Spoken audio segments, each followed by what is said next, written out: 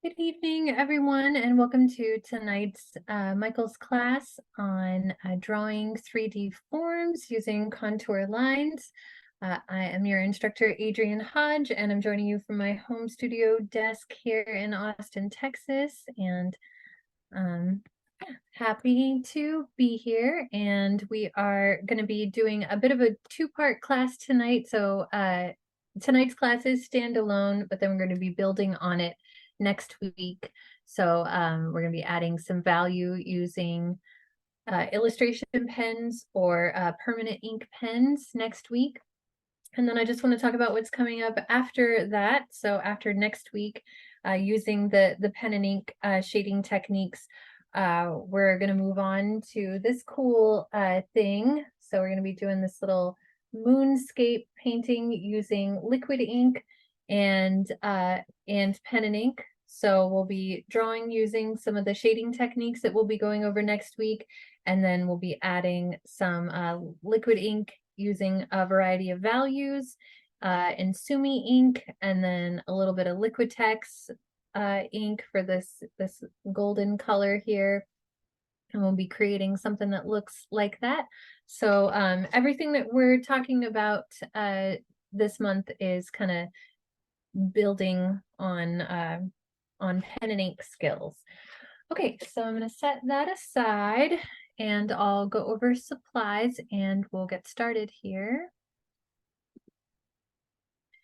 Okay, so this is actually what our drawings from tonight will look like after the end of class next week. But when you signed up for the class, you probably saw my pencil sketch that's underneath these using these reference photos, which were provided for you. So I've got these 4 photos of a lime from various directions. So we're going to be talking about contour lines and value and rendering 3-dimensional forms, how we turn a shape into a form using contour lines, and then building on that, adding some value shapes. And then next week we'll be filling in those value shapes using those pens and the shading techniques, hatching, cross-hatching, stippling, and scribbling. So you saw the reference, or sorry, the advertisement for the class tonight, and it just showed the pictures of the lime from 4 different directions with those contour lines wrapping around them. That's what we will be focusing on tonight. But I don't have my drawing in that state since I drew on top of it with this. So we're just going to use sketching paper tonight and pencils and an eraser. That's all you're going to need. I've got the Canson drawing pad here. I've got the Faber-Castell 6-pack of H and B pencils, well, an HB and then 5 B pencils. I've got a synthetic eraser, and then I've got those reference photos that I just showed you. Don't forget to tag your work with the hashtags Make It With Michaels and Michaels Classes, and you can follow me on Instagram at Adrienne Hodge Art. And then here's a few of my business cards I always like to show on screen if you want to check out more of my work. I'm also on Facebook, Adrienne Hodge Fine Art. All right, so move all this aside and we will get started. I saw there was a question in the chat about the kind of pencil that you need tonight. So any pencils that you have on hand, mechanical pencils, work totally fine. We're not going to get too fancy with our pencils tonight, and our sketch is really, like I said, just going to be kind of an under sketch for adding the pen and ink shading techniques next week. But you could even use pencils to add the shading technique next week, so you don't even necessarily need the pens that we're going to be using. Okay, so I'm going to go to a blank page in my sketchbook and we'll get started drawing these limes, or the same lime but from multiple directions. I'm gonna tear this out so I can refer back to it easily. And then let me get a blank piece of paper to slip inside of this sketchbook so I can't see my drawings underneath. I always forget about that. It is time for me to hit Michael's for a new sketch pad.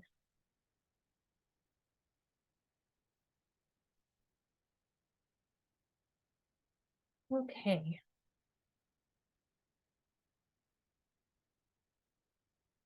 So, the question about the pencils that we're using, I always want you to use the lightest pencil that you have in your set. So if you have this particular set, that would be the HB pencil. I'm going to be using my 2B or maybe my 4B, just so that my lines show up on screen. So you do not have to have the exact same pencil that I'm using. And if you're unsure about those numbers and letters on the side of the pencil, you can check out the very first class that we had in this series. It was called Intro to Graphite and Drawing Forms. And Chanel can drop the link to that in the chat for you, so you can refer back to that later. Or, yeah. I've totally forgot what I was about to say there. So tonight's class is actually, I'm kind of revisiting one of the things from that class. I was going to say, if you're watching this later on YouTube, you can just search Intro to Graphite and Drawing Forms, and that class will come right up. And in that class, I break down what the numbers and letters on the pencils stand for, what they mean, and the optimal ways to use them. And I may revisit that at some point soon, since that's a topic that comes up so much. But tonight I'm kind of revisiting another portion of that very first class that we had back in July 2021, because it is something that also comes up so much, and that is just rendering three-dimensional forms using these contour lines.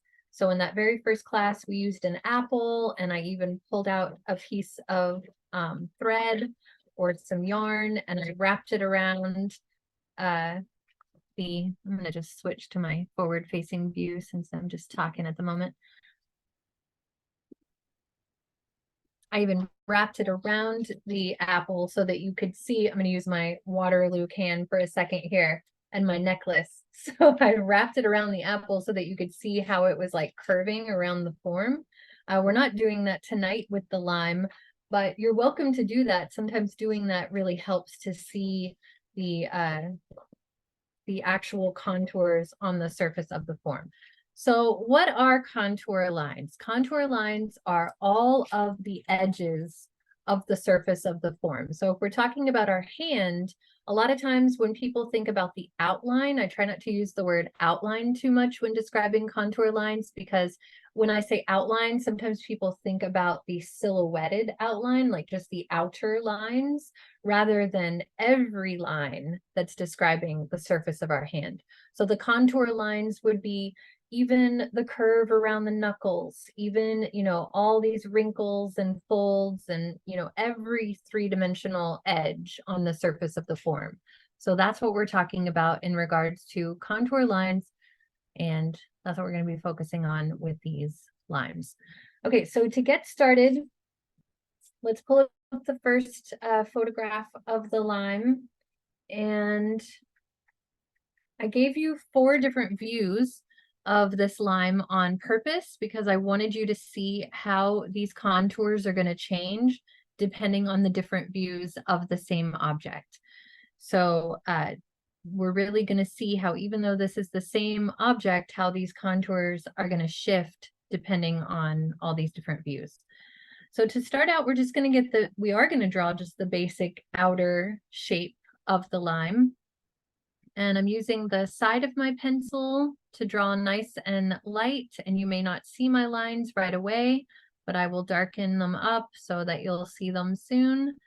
So give me just a moment here to find the shape of the lime. So we're looking for a very oblong, kind of oval shape, but the oval shape is a little more rounded in some places. So here at the top, we've got a little bit of a bump, and we want to get all these irregular bumps that are showing up on the lime. So we don't want our lime to feel like a perfect oval, because it's not a perfect oval. And also all of these irregular bumps and curves that are happening are going to be really important as we start to outline our contour lines.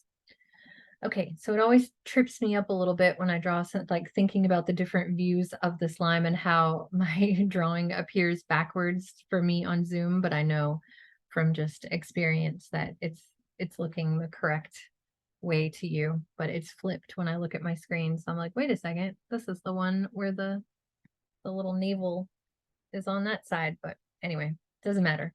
Okay, so let's look at the shadow here and go ahead and get the shape of our shadow on here too, because we're going to notice how the shadow is going to shift depending on these different views of our lime.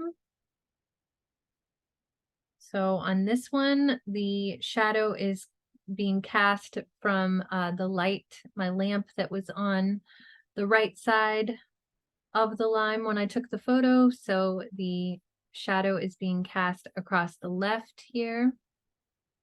And the shadow's on the left on all of them, but on this one, it's to the left and it's straight out to the left. So it's not at a diagonal angle like it will be when the lime is tilted in just a bit.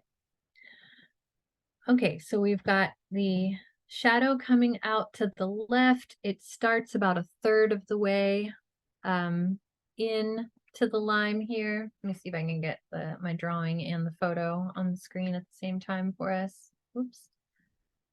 Zoom in as well.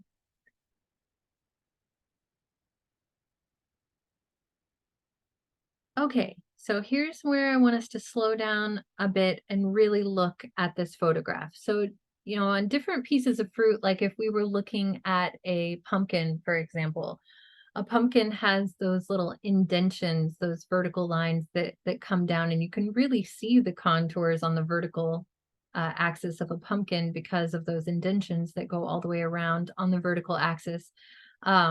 So when I talk about the vertical axis, I'm talking about straight up and down, right? So vertical is up and down, horizontal is side to side. So, but let's look at the horizontal axis on this lime first. And right here down the center, we've got what feels like a straight line describing the surface of the form. It's not completely straight, it's a little curved, but it is mostly straight compared to some of the others. Like if I had a string and I wrapped it around the lime at this angle, right down the center on the horizontal axis, it would appear mostly straight except for where it wraps around here on the edges on the left and the right. Okay, and then we're going to stop right here because the navel that sticks out right there, the little stem part, I like keep calling it a navel. I think that's a good word for it. It's sticking out and has its own contours. So we're going to worry about that in a second. So we're just drawing this line at first. Okay, and then above that line that feels like an equator line, we've got a bit of a curve that goes in an upward direction. And then above that, it appears to curve even more upward. So we could wrap a string around it and we would see this upward curve happening. And we can see the upward curve on just some of the grain and the highlight. Definitely the light is following these contours. This is the point that I'm always making when I'm talking about contour lines throughout all of these classes for the last 2+ years. And if you've been joining along for a long time, you've heard this before. We're just going back to these basics here and revisiting them. It's definitely worth repeating. Okay, so there are a few little indentions that are happening where, you know, we can see this little ridge is following that curve. So underneath this equator line, as we're calling it, we've got a curve that's going in a downward direction. So that's telling us that the lime is curved, right? It's giving us a sense of a curved lime. Curved lime. Okay, so now looking at the vertical axis, we're looking over here and we've got a line that's curved around this edge. and then it's curved in an outward direction as we continue to go inward here on the vertical axis, and we can see this kind of bulging out that's happening on the vertical axis, right? So as we put these lines in that are describing the contours of the lime, it's starting to show us the three-dimensional form. It's taking our flat shape of an oval-like shape, and it's turning it to something that feels very three-dimensional. And when we get to the center, again, it feels a little straight. Just like if we wrapped that string around at the center, it would feel like it was almost a straight line that maybe curves slightly around the edges at the top and the bottom. And then outward from that middle, it's going to start to curve out in the other direction. And I'm about to do something I do in almost every class when Chanel and I are talking at the beginning, and I tell her other classes that I might mention, and I always can only think of one or two. I just remembered there's a great class from a while back. It was definitely over a year ago, called something, the keywords were perspective of a coffee mug. Basically how to draw a coffee mug in perspective, or the perspective of a coffee mug, something to that effect. And in that class, we drew a coffee mug from a few different viewpoints, and I provided reference photos for that one as well. In one of them, I took the photo where I was looking down at the coffee mug. In the second photograph, I was looking at the coffee mug with my eye line right at the center of it. And then in the third photograph, I was kind of pointing the camera up from below the coffee mug.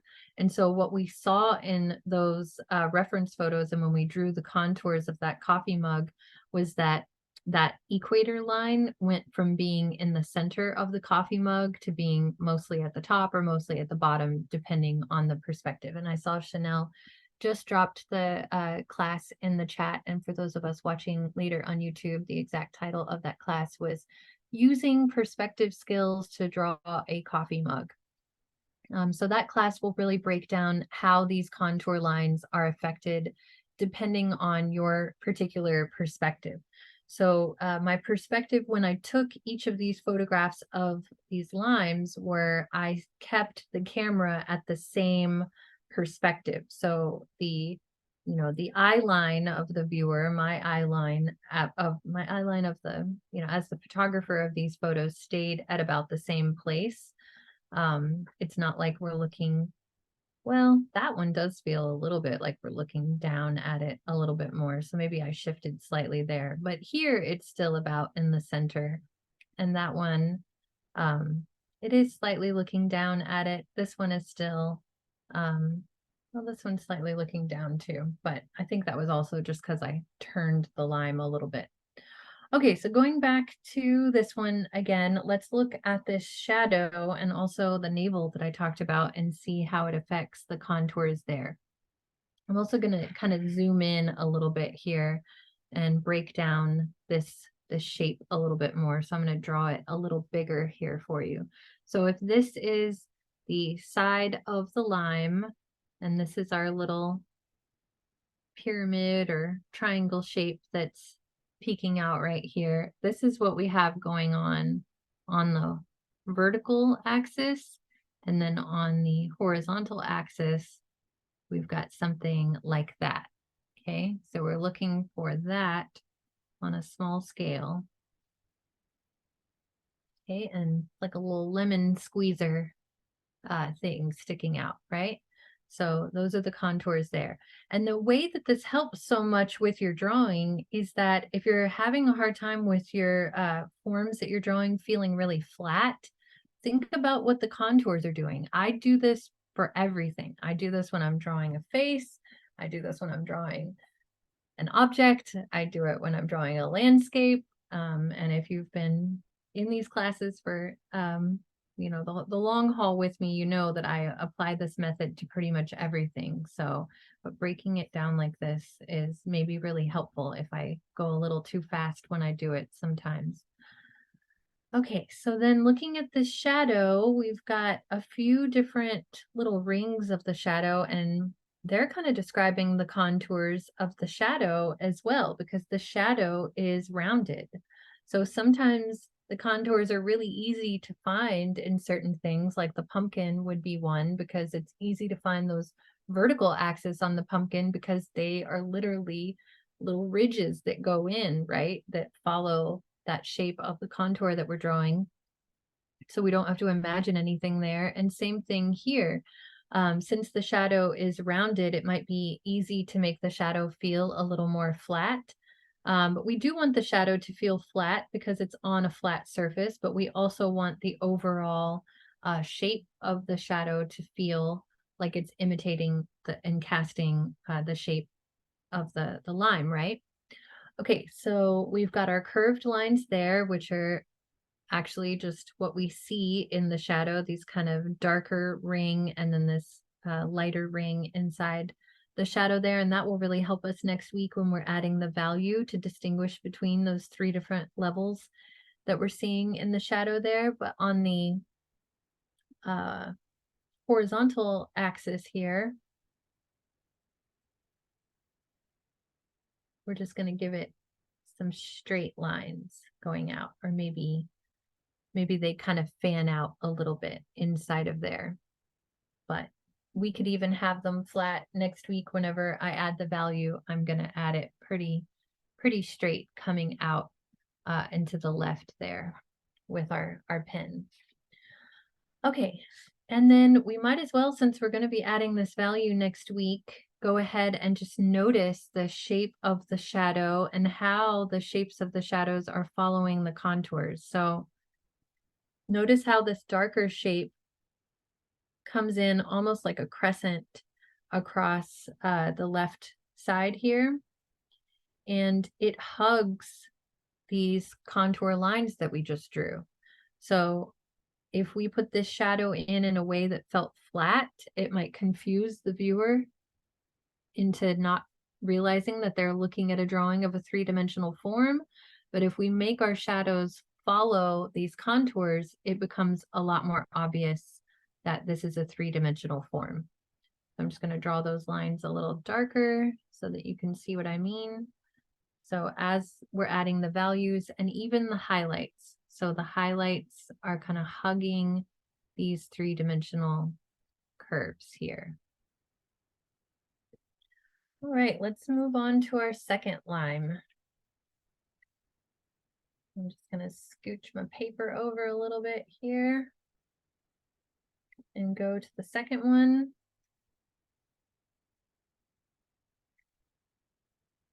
All right, so this time we're drawing that same oval type shape, but it's on a bit of a diagonal here. So we've got the rounder part sticking up and to the right. And also, it really doesn't matter if your lime is a perfect lime shape. You've got something that feels like an oval, you're totally good. I'm looking over at my other drawing and realizing I drew it a little bit different the other time. Okay, and then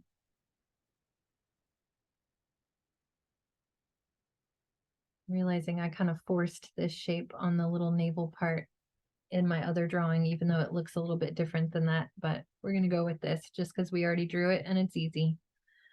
All right, and then let's get our shadow in there. So it's coming in about almost halfway, and it's being cast at a diagonal down and to the left.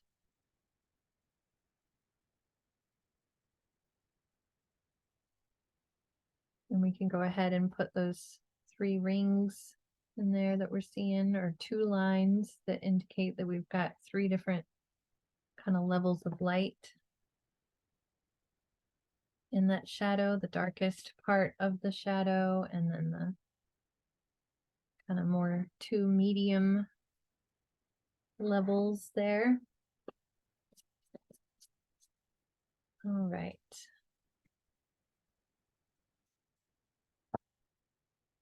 So we'll start in the middle again here, and there's very interesting kind of recess happening right here, and I'm just going to go ahead and draw it how I'm seeing it. So I see this little dip that's happening, and rather than being this like perfect straight line, this little ridge comes in and makes it feel like we need something that does that. So it's almost like a little zipper split um, down the center there. But then right next to that, there's kind of an upper level. So it kind of curves up like this. And I just want us to pay attention to that because that's like a subtle shift in the contours. It's not like a perfect sphere. So if we try to force, what we were seeing from that other angle onto it at this angle, it wouldn't be necessarily the same as what we're seeing on the lime.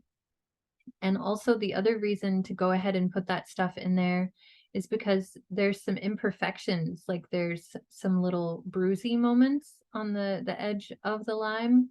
And those sorts of things follow these contours. And when you put those imperfections in there, it really starts to give the object that you're drawing more character. So I just want to put those kind of irregular contours that are happening there in those moments, just so that we can get a feel for how important it can be to describe those irregularities that may happen on a piece of fruit, for example, or anything. Okay, so we've got curved lines going out in this direction, and there was another moment there where it kind of curved inward in a spot like right here. And then this was the part that I was looking at where it kind of felt like a zipper on the contours. And then I saw a couple of little imperfection, bruisey moments. So I went ahead and outlined those as well. And then on this side, we've got a curve out in that direction, etc. Okay.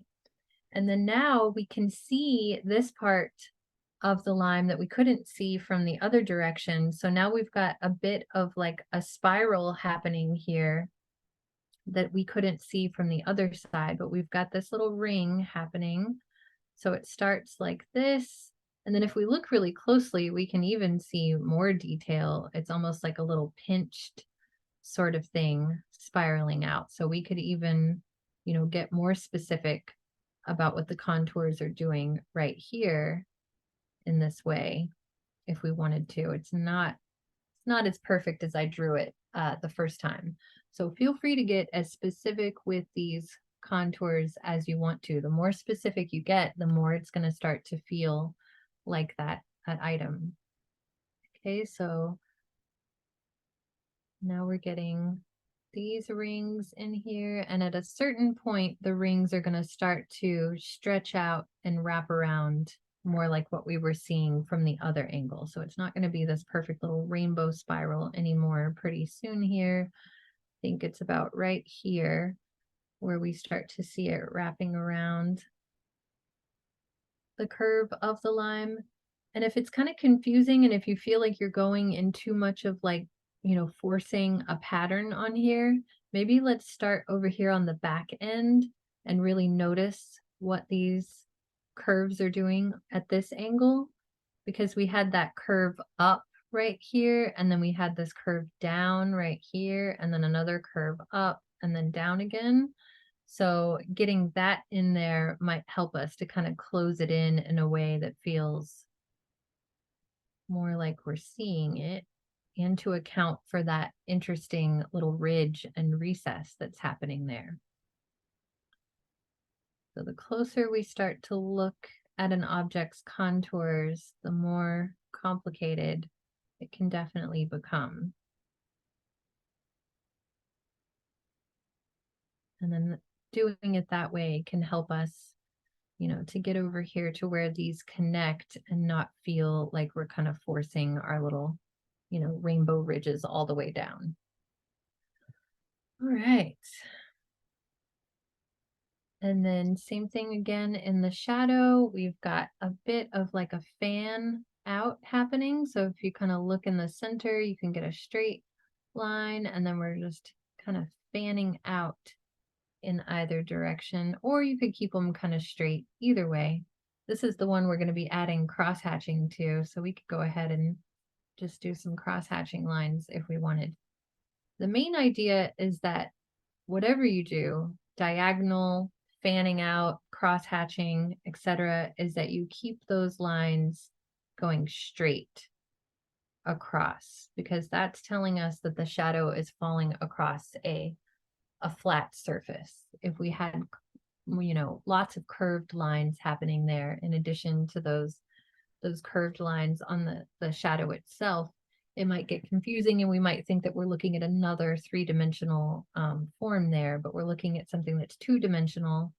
You know, the shadow is two-dimensional, it's flat. Okay, moving on to our third lime photo here.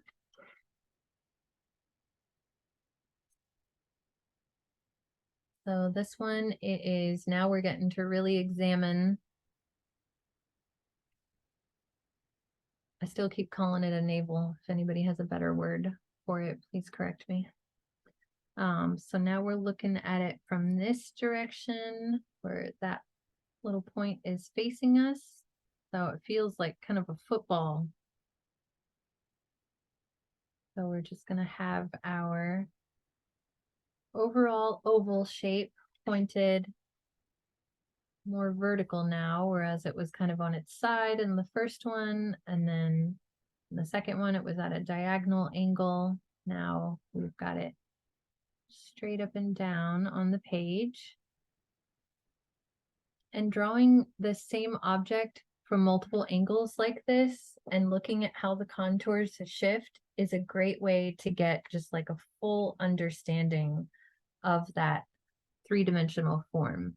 I find a lot of times when folks are confused about how to draw something, they try to hide their confusion in the drawing somehow. And it's always really obvious to me what part of the object was confusing to them by what they tried to hide, if that makes sense. So simple way to, you know, kind of lift the veil behind whatever's confusing you about that object is just draw it from multiple angles, because it's probably that there's one side of, let's say, you know, I'm just like going to grab an object on my desk that might cause some confusion. I've got this hair clip right here. You know, you might have a good grasp of how to draw that hair clip from this angle or maybe this angle. But then when we turn it, you know, that way or that way, it starts to feel confusing, right? So just drawing it from all different angles and observing how those contours shift and change can be a great way to demystify the object. Okay, so this time we've got that shape kind of front and center, well, front, but not center, front and down near the bottom, but we want to leave a little bit of space. And this time we're going to have this just full on spiral happening here, but rather than drawing lines for the spiral, I'm going to go ahead and draw kind of like a little sunburst shape around it. And the sunburst is going to give me some curves out. So not just like a perfect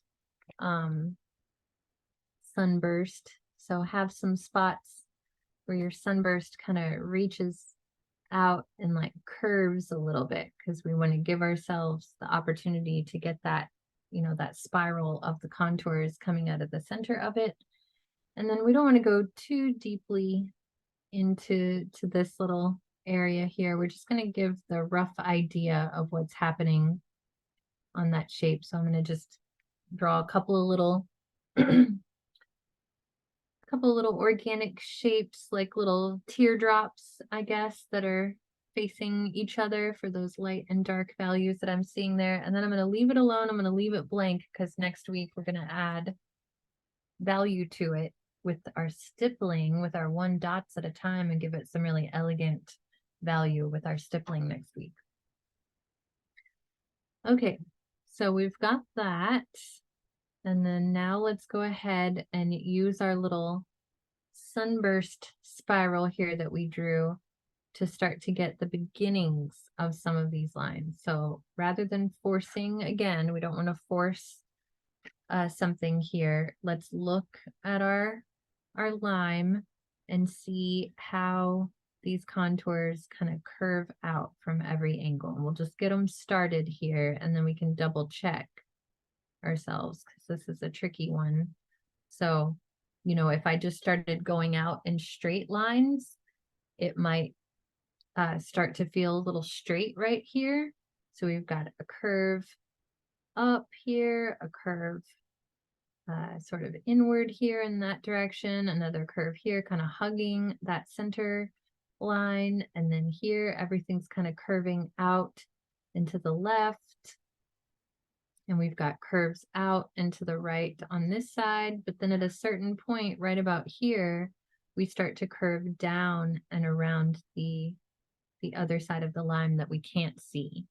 So if we just went straight out in all directions, we might miss that little curve that's happening, that's hugging, you know, down here. It's kind of more straight, and then it curves out to the left again.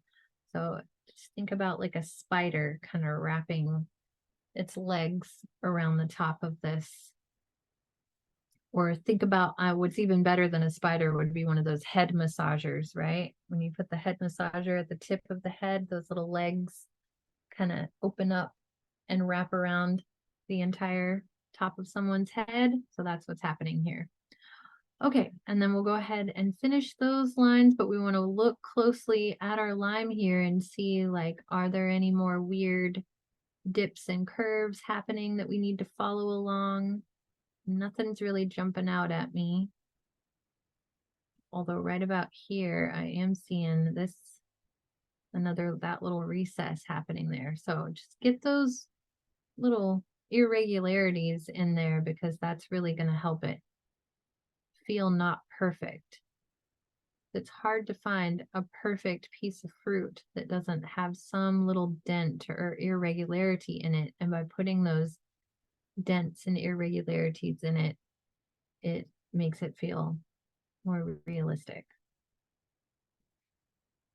Gives it more character. Okay, feels like a watermelon right now. All right, so now let's get those contours on the other axis. And again, it would be really easy to just draw a perfect circle all the way around here. And it is pretty circular around that center shape. And then into our little sundial here, we've got another, what feels like a circle. But then here's where I see like some irregularities on the side here. We could come out a little bit more. Make a little lump right there. There's another kind of irregular lump right here on the bottom side. So all those things are, again, giving it some more character. And if you see any more that I'm kind of glossing over, feel free to add those into your drawing. Because I'll admit, I'm kind of looking back and forth between what I'm doing on the Zoom screen and my paper. So I might be skipping over some of these contours. So feel free to get something that I'm missing in yours as well. All right, and then let's do the same thing we did on the other one so that we don't go too much into autopilot here. Let's look at the back side and see where we might have an interesting dip or curve back there. And already just those cool little dips and curves just really make it feel more like a lime to me. I don't know about y'all, but it really does something to not have something just be a perfect oval shape. Gives it a weight, does all kinds of stuff. It's also giving us a lot of descriptors for where we want to put that value next week. And I think we skipped over the value on the second one, but we'll definitely get to it next week. But let's go ahead and put some of the value on this one. We can go back in and add it to that second one later as well. There's some really interesting value happening here around our little sunburst, but I'm not going to worry about it too much now, but you can go ahead and outline some of those if we missed them. You can outline like where the highlight is going to be. And you could even go ahead and fill it in if you want, but I'm going to save mine to fill it in next week with the pen and ink. All right, and then our shadow, totally skipped the shadow until now. We've got it hugging the kind of inner center of the lime here, this first part of the shadow. A little bit more than a third of the way in, or a little bit less than a third of the way in from the right side is where that shadow starts. And then it comes out to the left again, but we can see more of this shadow than we could on the other one above it.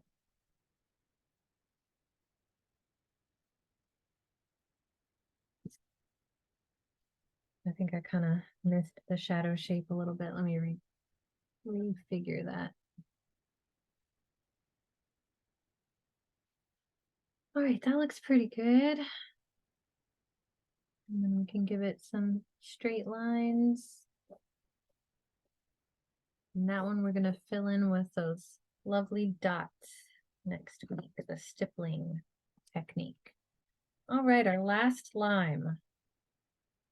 Last view of the lime. So it's kind of back to where we started, except now the navel's on the other side, but very similar view to the first one that we drew. Yet the contours are going to be slightly different because we're looking at it flipped. I feel like my lime got bigger every time I drew it. That's okay. Now it's getting a little smaller again. I was trying to make sure my drawing was nice and visible for everybody on the screen, so it just kept getting bigger.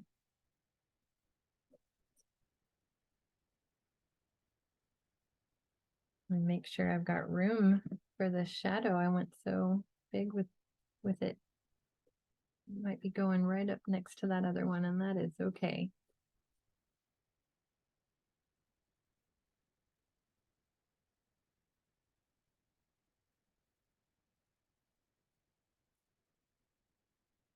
All right. Oh, I just realized the shadow doesn't come up that high because the little navel sticks out right about there, about halfway.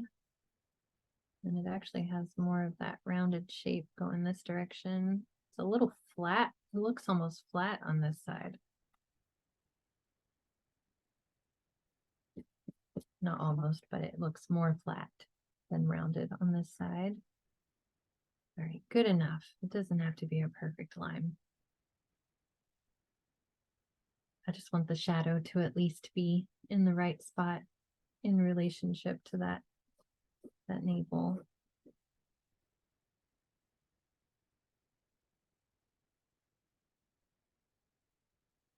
All right.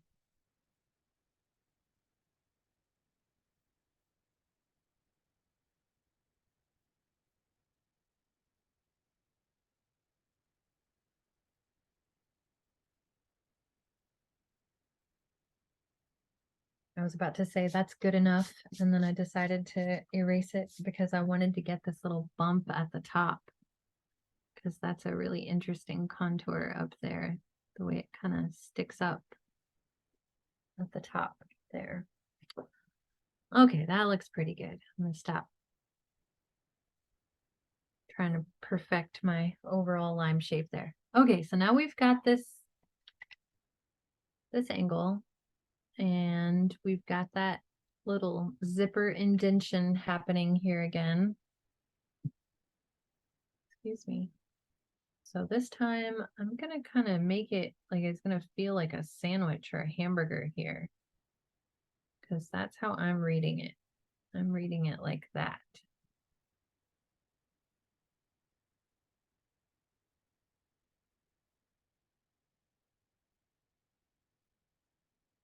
Yeah, you could call it an outline. I saw somebody said that. I don't know what I just called it. Did I not say outline? I don't know what I said. You did. I don't know if you're saying outline or outline, but Robert said you could call it an outline. Oh, that's adorable. I love it. An outline, yes.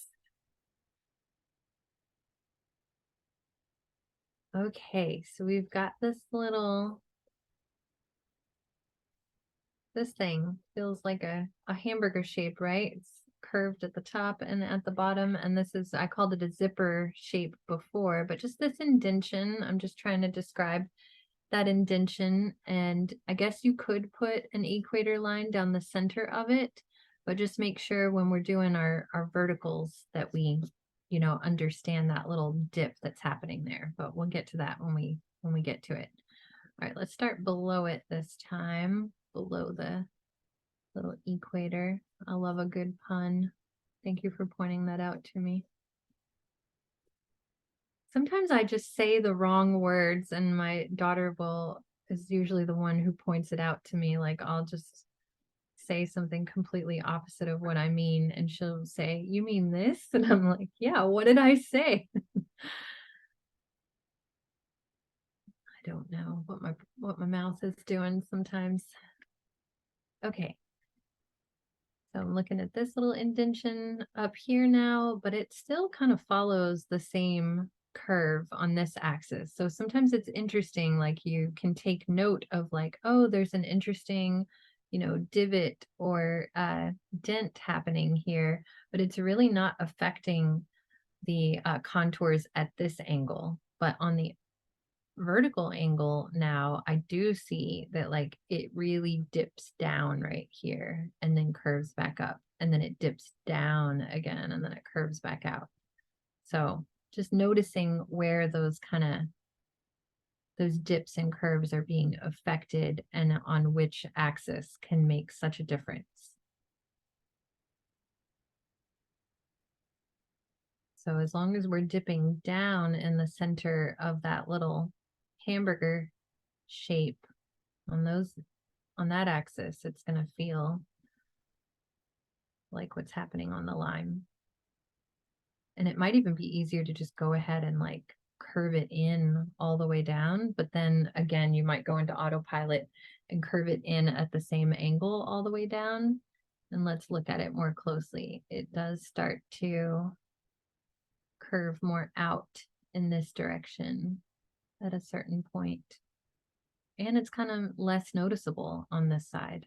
So, just noticing where those curves, the ins and outs are happening.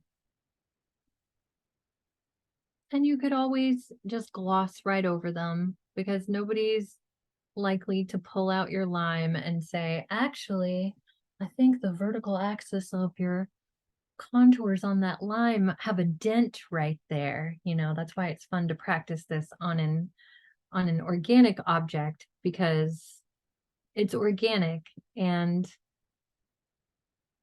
there's no perfectly shaped lime that we can compare it to. So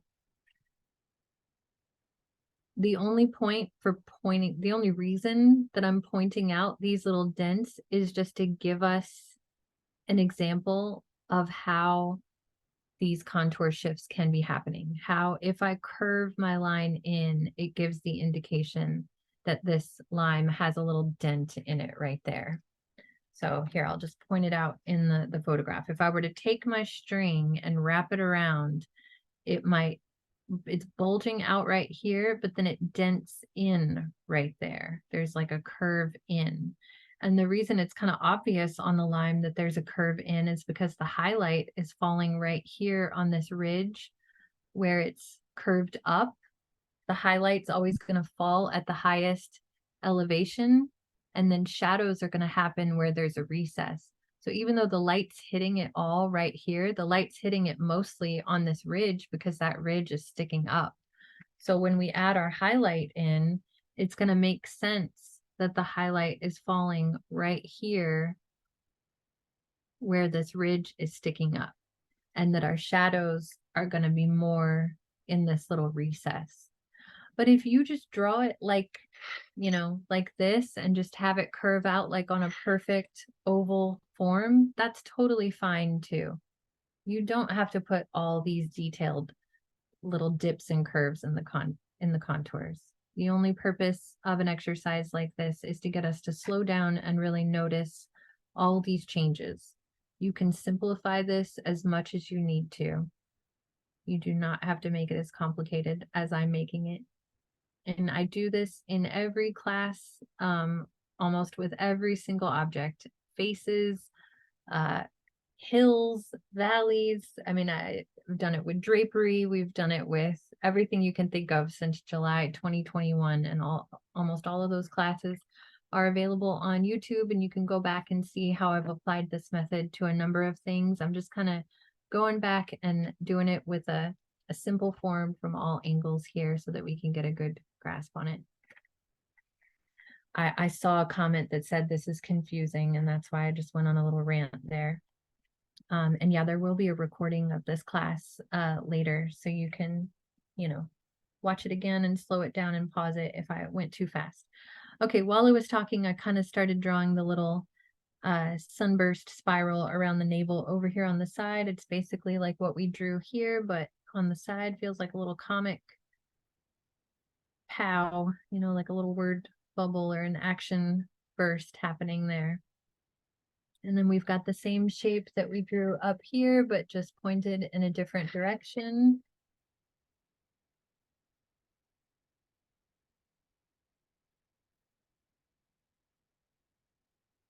All right, so that is our fourth lime. And we've already got the rings of our shadow, and then we're going to put some flat lines across the shadow because it's a flat surface that we're looking at. And we're going to save all the light and dark, the shadows and the light, the value that we'll be adding next week. Although if you wanted to go ahead and add some of those, notice how those shadows are following those curved contours that we just added. So I'll skip back up to this one that I skipped when we were on this one, and go ahead and add like the big shadow that I'm seeing.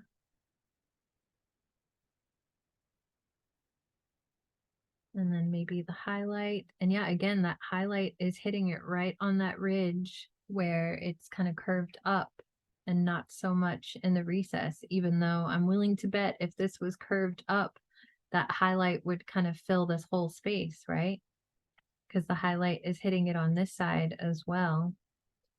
So the light is definitely being affected by these bulges and dents,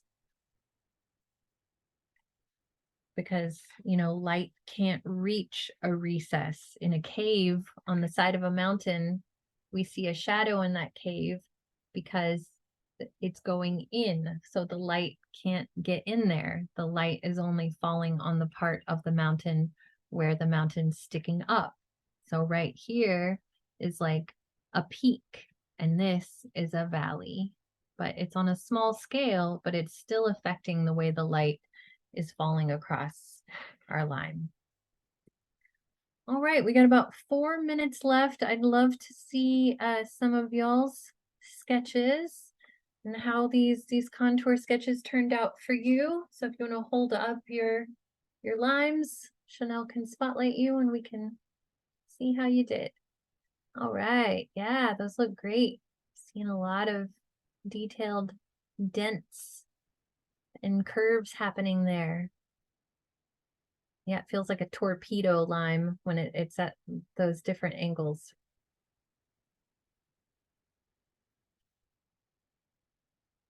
All right, yeah. Oh, you did them on different pages. Cool, cool. Oh, yes, that one's really convincing me of the 3 dimensions there. Oh, yes, very nice. Yeah. Oh, and I see you looking at the shadows across that one already. Right. Oh, yeah. And look at that shadow, how you got that little fan out there. It's wonderful. All right, look at those. Yes. I love your line quality that's happening across those. That's very effective.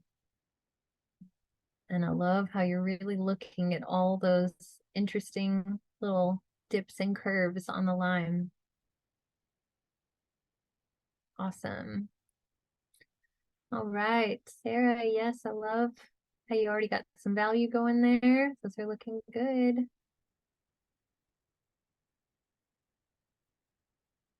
All right, yeah, those are all very convincing.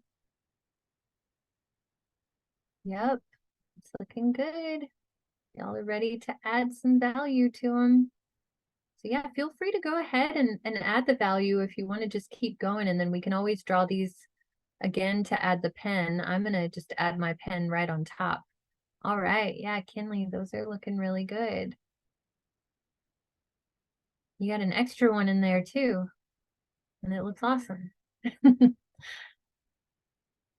Lovely. All right, yeah, those look great. I love how you're really looking at all those different moments where it's bulging in and out, and you got the value shapes going. It's looking good. This is always the measure of a successful class for me, when y'all's sketches look so amazing at the end. All right, Shelly, those look great. Yeah. And the shadows make such a big difference too. When you get those shadows going in the right direction, it really weights them down and makes those limes feel like they're not just floating. You did a great job of weighting all of those down. Everyone's limes look great. Oh, look at those, Eduardo. Those look amazing. Yeah, I feel like I could just pick those right off the page. You already got some value going in those shadows. I think that's what's doing it for me. Really impressive.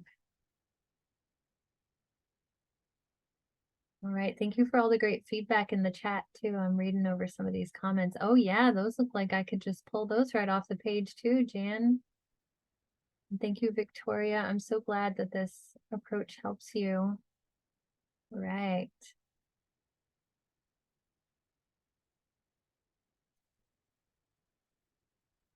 Oh, they disappeared. Oh yeah, those are great too. Y'all did an amazing job. I'm so impressed. So happy. Yeah, look at that one, the third one. That was a tricky one at that angle, and you really nailed it there. Great lime work, everyone. I'm stealing Robert's comment. Love it. Lime work instead of line work. All right, Janice, I like how you divided your paper into 4 quadrants. Love it. Oh yeah, very dramatic shadows too. I like how big you did those. Those are going to be fun with the value. You can really get in there and get some details going.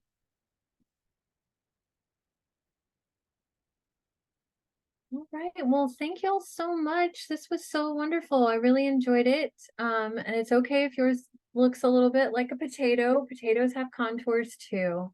We'll add the value next week. And yeah, you could add some color with some colored pencils, green, and then be like, okay, it's a lime because it's green. Or it'll be, where'd you get that potato? All right. Thank you all so much. Have a great evening. And I'll see you next time. We'll add some pen to these. Good night, everyone.